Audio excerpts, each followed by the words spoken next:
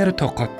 Tarihçilaryň ýaşaýan Seljukly kenti diýen ýeri Tokot, sansız kerwensaraýlary, medreseleri, köşkleri, tagamlary we taryhyň isi gelip duran köçeleri bilen tanalan 6000 ýyllyk şäherdir.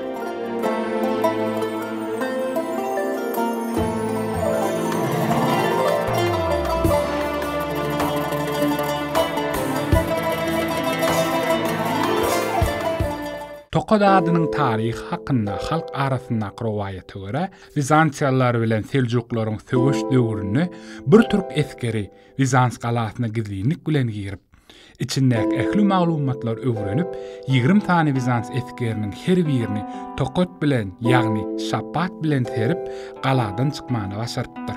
Finlap duran gala serkerdesi, Türkün şapady bular ýaly bolsa, ýaragyny ähilkä diýip gorkmana başlap, galanyň burçlaryna ýeňliş baýdaklaryny asyryp, galany Seljuklara beripdir. Şol sebäpden bu ýeňiş türk eskeriniň Tokody bilen gazananlygy üçin şähere, eskeriň hatyrasy üçin Tokod ady da kılıpdyr.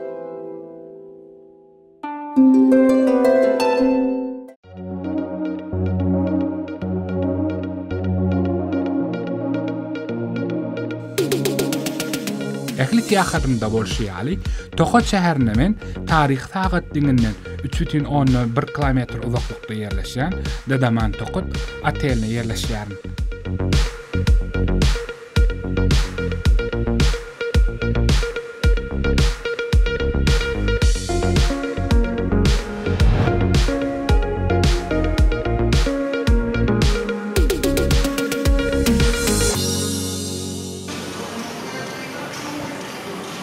Hoş geldiniz. Federasyonu görmedi.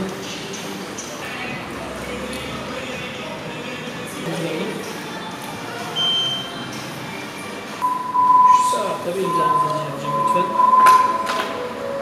Günaydın Dadaman Tokyo'da 7. kat 709 numara. Bir ihtiyacınız olursa 9'dan resepsiyona ulaşabilirsiniz.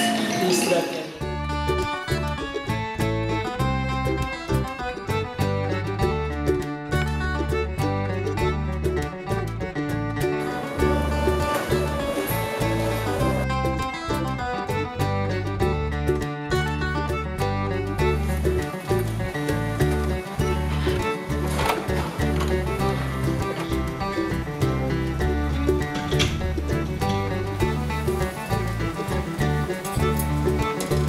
Atelyň şertleri gelen mihmanlaryň gowdyny jalmak üçin niýetlenenler.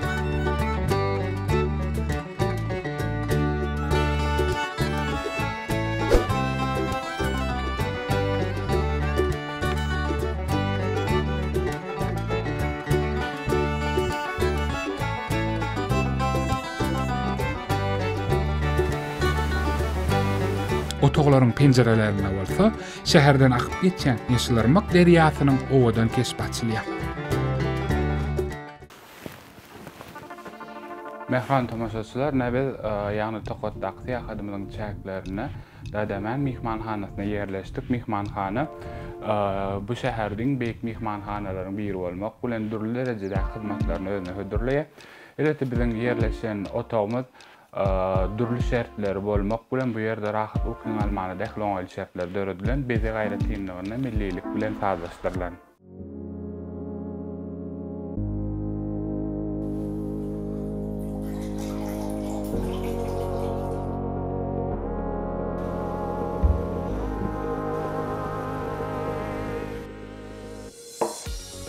Paratsyz kahanatyň önürýän miweli gazy suwlarynyň ählisi tebiýat tagam bilen tapawutlanýar.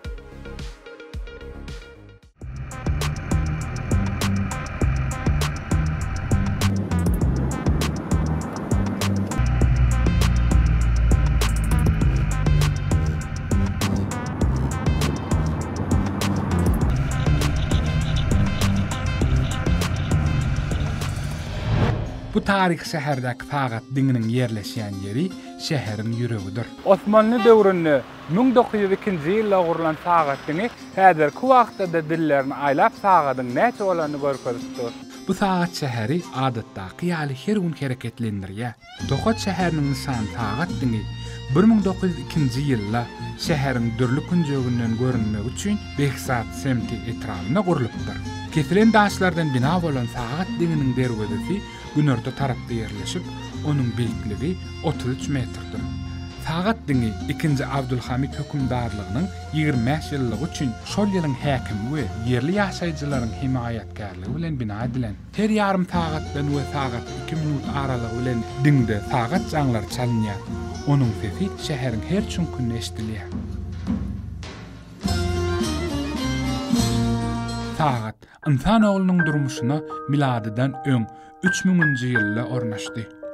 Din görnüşinden nusgalar bolsa, ilki Angliýada we Italiýada, ýagny köşklerde we ibadatxanalarda gurulypdyr. Osmanly döwletiniň geografiýasynda bolsa, Bosnia-Hersegovinadan Livana, Ruminiýadan Misre çenli 115 sany sagat din gurulypdyr. Hatda Sowgat hökmünde Hindistana, Italiýa, Meksika guradylypdyr.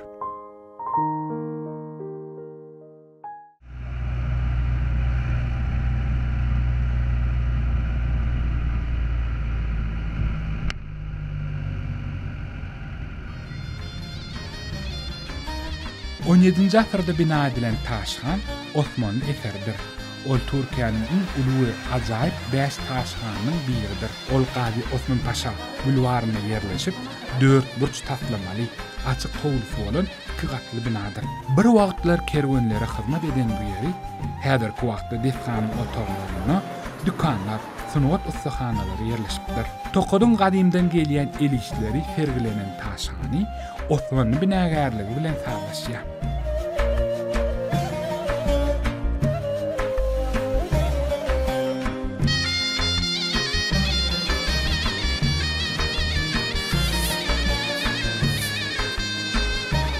Tokot diýileni gün aklyňa 650 ýyldan gowrak taryhy bolan agaç basgy bilen basylýan ýazmajylyk sunugaty janlanýar. Tokoda gelenim üçin men size Ihlamur basgysy hakyny aýdyp bermegim zerurdur. Tokoda gelip ýakynlanyňyzy alyp biljek ajaýyp sowgatlygyňyz 50 basgy edilen dürli görnüşdäki mata önümlerdir. Bu basgynyň guraly Ihlamur agajyndan taýýarlanýar. Ihlamur agajy oýup şekilde öretmek ýeňil bolýanlygy sebäpli taýlanyp alynýar. Azmiye Yıldız, böyle tahta baskı atölyemiz burası. Böyle kalıplarımızı elle oyuyoruz, ıhlamur ağaçlarından hazırlıyoruz. Daha sonradan böyle boya teknesi hazırlıyoruz ve bu şekilde boyayı bundan olaraktan bu şekilde baskımızı yapıyoruz. Tokat'ın çok eski bir mesleği. 650 yıllık bir meslek. Gadim döwürlerden bäri ine şu agaç basgylar häzire çenli Tokatda dowam edýär. Bu çiçek Zambak. Tokat'ın zambağı meşhur. Akzambak başlayıcı olaraktan biliniyor Tokat'ta. Genellikle bu kumaş tercih ediliyor bu ürün yaparken. %100 pamuklu ve çok da hani herkesin tercih ettiği bir kumaş. Güzel de oluyor. Bular? Onlar da dokuma. Ha, dokuma. Dokuma kumaşlar ve böyle hepsi pamuklu kumaşlara yapıyoruz ve birçok ustamız da Tokat'ta devam ediyor ve öğrenciler de yetiştiriliyor. Benim de hocamız yetiştirdi bugün olmadığı için ben yapıyorum. Hocalarımız yetiştiriyor ve herkes de yapmaya çalışıyor elinden geldiği kadar. Güzel şeyler çıkartıyoruz inşallah. Görebilirsiniz. Sağ olun. Teşekkür ederim.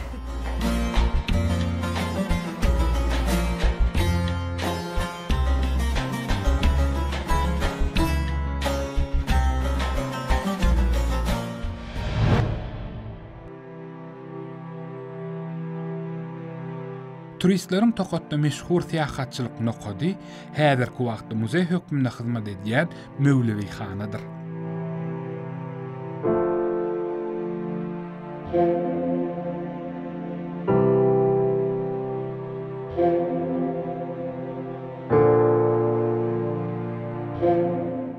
Mevlevihana Tokatda 13-nji asyrda Mevlevilik destury ýaýrap başlan wagtynda gurulypdyr diýip çaklanýar.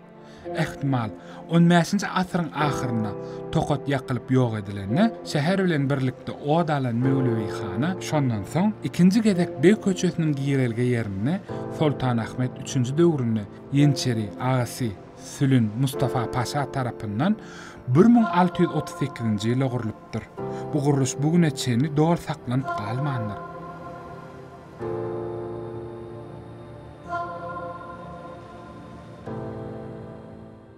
Ýagny bu ýerde Mevleviler toparynyň ýagny derwişleriň okadylan ýeri, ýagny has dogrusy biziň häzirki ýerleşýän ýagny zalymyz Mevlevileri, derwişlere sapak berilen ýer diýip aýdylýar.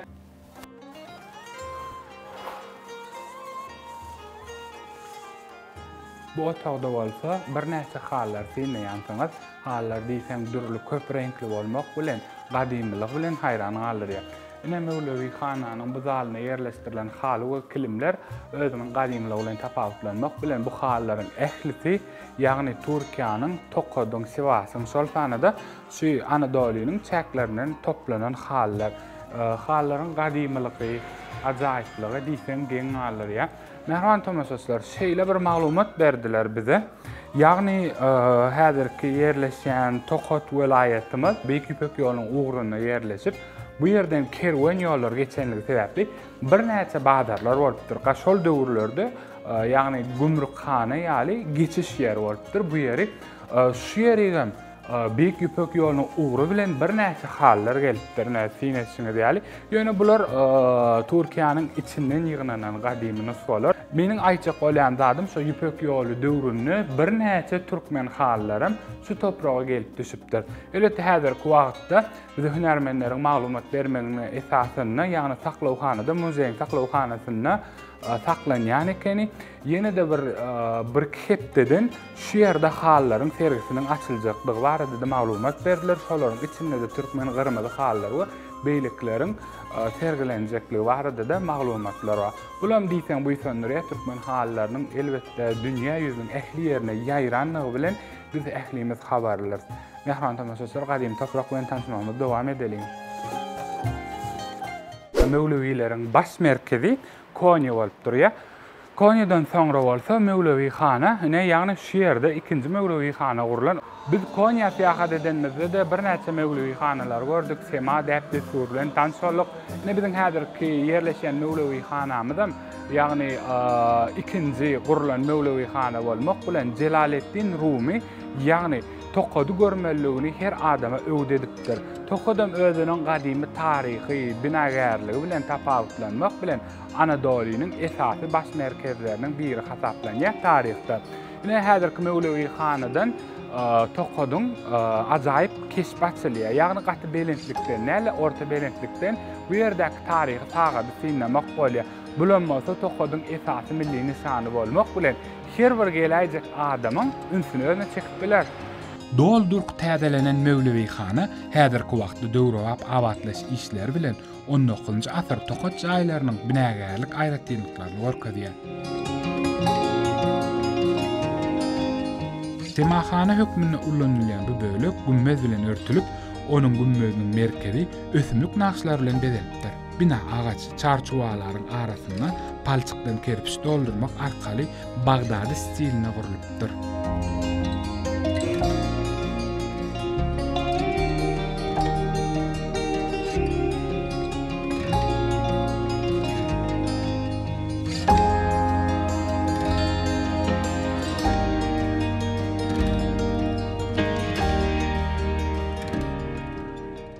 Seýahatçylar Tokatda türkmen goýçulary ýaşaýar. Seýahatlaryň çäklerini, ýagny Tokatda ýaşaýan türkmen noganlarny bilen Tokatda şolmak makbullyk gelin tanşalyň. Ben Abdurrahim Güneş, bu Türkmenlerin Uldefe Güneş, Karaböke Uldefe 4 tiresi var ya. Şonun Güneş şeyinden bolýar. Benim aslymym Kerkile, şorada nemedenler, ketde bolanlar. Ondan soň Owganistana göçenler, Owganistandan 1982'de biz Türkiye'ye geldik. Burada şimdi Türk vatandaşı bulduk. Burada Türkiye'de yaşıyoruz. Çağalarımız burada okuyor. Öğlerimizin şirketimiz var, işliyoruz. Çöreklerimizin peşinde gösteriyoruz. Türkmenistan'daki doğanlarımızı da katı kovuya seviyoruz. Doğanlı Türkmen programlarını, Türkmen televizyonlarını da yakından izliyoruz yani. Demek ki öz dilimiz, öz kanımız, öz canımız dahil onun için. Bizim takriben 40 yıl oldu burada Türkiye'de yaşıyoruz. yaşantılarımız çok kuvvetli. Türkiye'de hiçbir bizde bir ayrımlık ya şey yok. Aynı Türkiye vatandaşların ne hukuku varsa aynı hukuk bizlerde de var. Aynı şekilde yaşıyoruz. Çağalarımız okuyor. Benim bir kızım var, avukat oldu. Bir kızım var, memur. Ovalarda ya olmasa da merkezde yaşayarsınız. Biz merkezde yaşıyoruz. Türkmen dilinin saklanışı ne ile düşüyor? Türkmen dili güzel ya taklıyoruz yani. Hem çağalarımızda hem başka yurtta yaşasanız da yani gayrı devletlerde yaşasanız da dil ihtiyar mı ya? Ya dil gitmez. Yaşatıyoruz yani kültürümüzde. Dillerin baktana benim kızım hukuk mezunu. Avukat yani. Yine Türkmen kıyafetlerimizi bile yaşatıyoruz yani. Nerede yaşasak Türkmeniz ahir. Men diyor. Türkmen dertli surlar ne ediyor? Toy dertli surlar. Aynı şey gibi sizin desturlarınız gibi Türkmen desturunu yaşatıyoruz. Böyle eskiden evlerde yani şey vardı, Türkmen üyü oluyordu. Böyle üyü olmadığı için yani normal dairelerde, apartmanlarda yaşıyorlar. Ama Türkmen Afganistan'da olsun ya Türkmenistan'da olsun orada Türkmen'in üyü var ahirinde. Doğru. Toy dertli surlarımız var Türkmenlerin kadimden geliyor. Evet, gelin almalarımız oluyor. Bazıları düğeler de alıyorduk. Şimdi arabaları düğe ettik yani. Maşinler düğe oldu hiçbirleri. Yani bu yerde hal dokumatçılık zaraatları ünsürlüyor mu? Gökteliyor. Köp değil az okuyorlar yani. Yani itirilen yok itirilen yok. Corra veriyorlar, örme işleri var, keşti işleri var, el sanatları. Şimdi bizlerin kızlarımız kovuz çalmanını biliyor, tutar çalmanını biliyor birçoğu. O naytüydük çalmanını biliyor oğlanlarımız yani. Bir gepleşikte ben dinledim. Türkmen ovasındaki adamlar yani Türkmen milli çörevine misli yani kendi Hava çörüyor. Böyle bizde bir şey tandırmadan var. Aynı düşeklerimiz Türkmen'in halısı, ödokun halimiz, oturuşumuz aynı Türkmen saçaklarımız, aynı Türkmen saçaklarımız. Hala biz Türkiye'de de olsak, istersek Kanada'da benim o kıydım var. Onlar bile aynı Türkmen desturunu o şekilde yaşıyorlar yani. Türkmenistan çok güzel ösüyor bu ülke. Başkanıyla, halkıyla kaynaşıp çok rahat kovu yaşıyor. Biz de Türkmenistan'ın kovu yaşadığı için, yani halklarına, milletine kovu baktığı için biz de iftihar ediyoruz. Türkmenistanlı kovumlarımızdan, doğanlarımızdan da yani bir arkamız dağdaki yanak Türkmenistan'ı devamlı yakından takip ediyoruz. Her ne baktı açık olsun, devamlı eli güçlü olsun. Yani Türkmenistan'a zarar verecek, şey edecek adamların gözü kör olsun deyip dua ediyoruz yani. Atavatanımızın büyük olmasını istiyoruz canı gönülden. Daha da kovu össün diyoruz. Her ne kadar öserse biz o kadar biz de ösüyoruz yani. Atavatanda yaşamasak bile Atavatanımızın ösmesine canı gönülden Allah'tan istiyoruz yani. Bizim doğanlarımız, bizim ağalarımız, ünlülerimiz, ekelerimiz hemmesi kovu yaşap, kovu össün Türkmenistan'ımıza. El müdama hem için başarılı olsun, kovu olsun, güçlü olsun. Yani biz onu köp gece gündüz arzu ediyoruz yani. Çok sağ olun, üstünlükler yararınız olsun. Elmedama Türkmen adına buysanıp hayat toprakta olsanız vatan mehrini söyüp vatanı yani Türkmen'in de buysanıp yaşamanız arzu ediyor. Siz bizlere arak geldiğiniz için şurada bir Türkmen var deyip köp defem göğe yetecek kadar hoş buldum ben. Sizlerin katı kuvan, sizin yani juvanlar yetişip dursa Atavatanda olsun, nerede olsa biz şundan köp el müdama köp minnettar oluyoruz, hoş oluyoruz yani. Edir şükür tostu mehman arkadağımıza çok alkışlara idiyat dünya Türkmenlerden birlikte olyanlarımıza, şular bilen dilardaşyanlarımıza, görüşyanlarımıza bizim bu sonucunu çektik. Bizim şu el müdama arkadağımızın şu billerden hal haber alıp şunu sorattığını köp minnettar oluyoruz arkadağımıza. Şuradan köp salam ediyoruz. El müdama güçlü olsun, kuvvetli olsun, Türkmenistan'ımız össün. Çok sağ olun. Siz de sağ olun.